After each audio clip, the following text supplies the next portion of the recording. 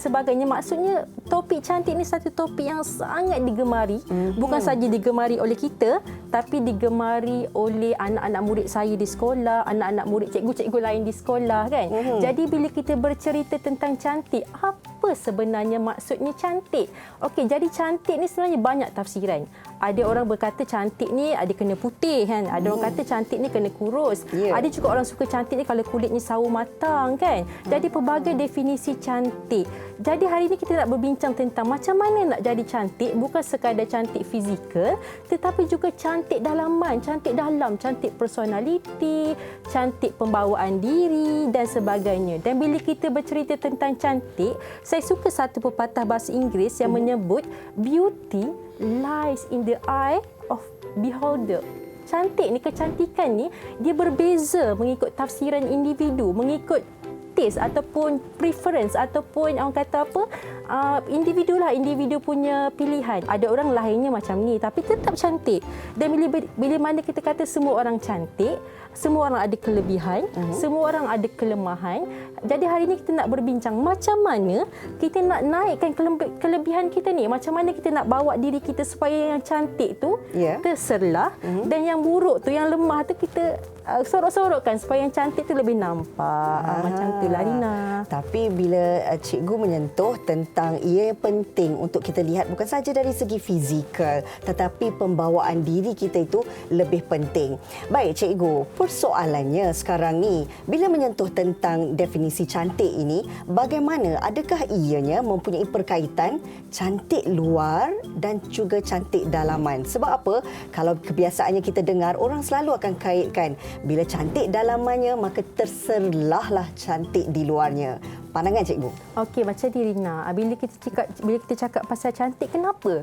Semua orang berlumba-lumba nak cantik, betul. Ada orang sampai obses nak cantik. Tapi kenapa? Kenapa orang nak cantik? Jadi mengikut kajian, kebanyakan orang kenapa dia nak jadi cantik? Sebab satu je. Kita ni manusia kan? Manusia ni kan makhluk sosial kan? Bila makhluk sosial, kenapa kita nak jadi cantik? Sebab kita nak diterima, Rina.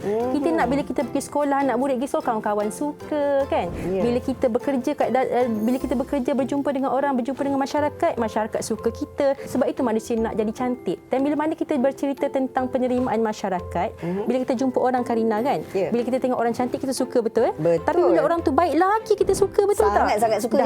Dah lah cantik kan, macam Rina dah lah cantik, baik pula kan. Jadi lagilah orang suka. Jadi bukankah itu sebenarnya yang kita nak orang terima kita? Jadi bila kita nak diterima oleh masyarakat, bukankah cantik fizikal dan cantik dalam itu sangat penting sebagai satu pakej supaya masyarakat bila berjumpa dengan kita, dia boleh terima kita.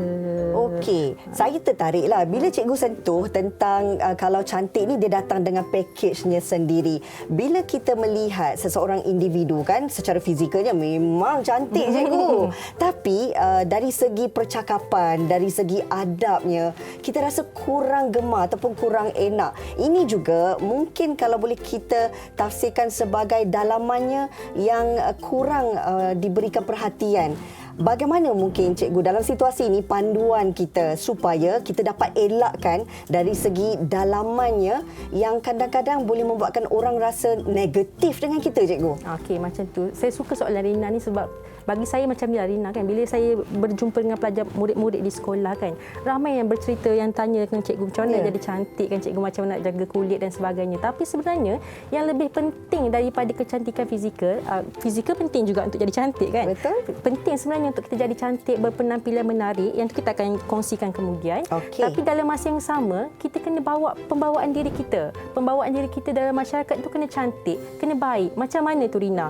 Bila dalam bahasa psikologi kita panggil interpersonal, antara manusia dengan manusia lain, itu kita panggil interpersonal.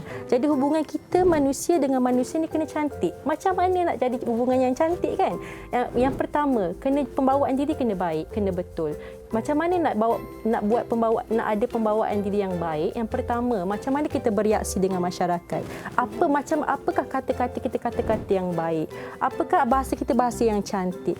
Sekarang ni Karina, bila kita tengok dalam kalangan murid sekolah kan, kita tak payah tengok dekat sekolah lah kan. Rina mungkin jarang pergi sekolah sekarang kan. Kita tengok dalam media sosial dan social media kan. Tengok bahasa-bahasa. Kadang-kadang bahasa carutan kan, kita tengok orang mencarut tu kan, anak-anak murid cikgu kan. Bahasa carutan tu dah jadi penanda wacana kan. Setiap satu ayat tu kena ada sikit mencarut.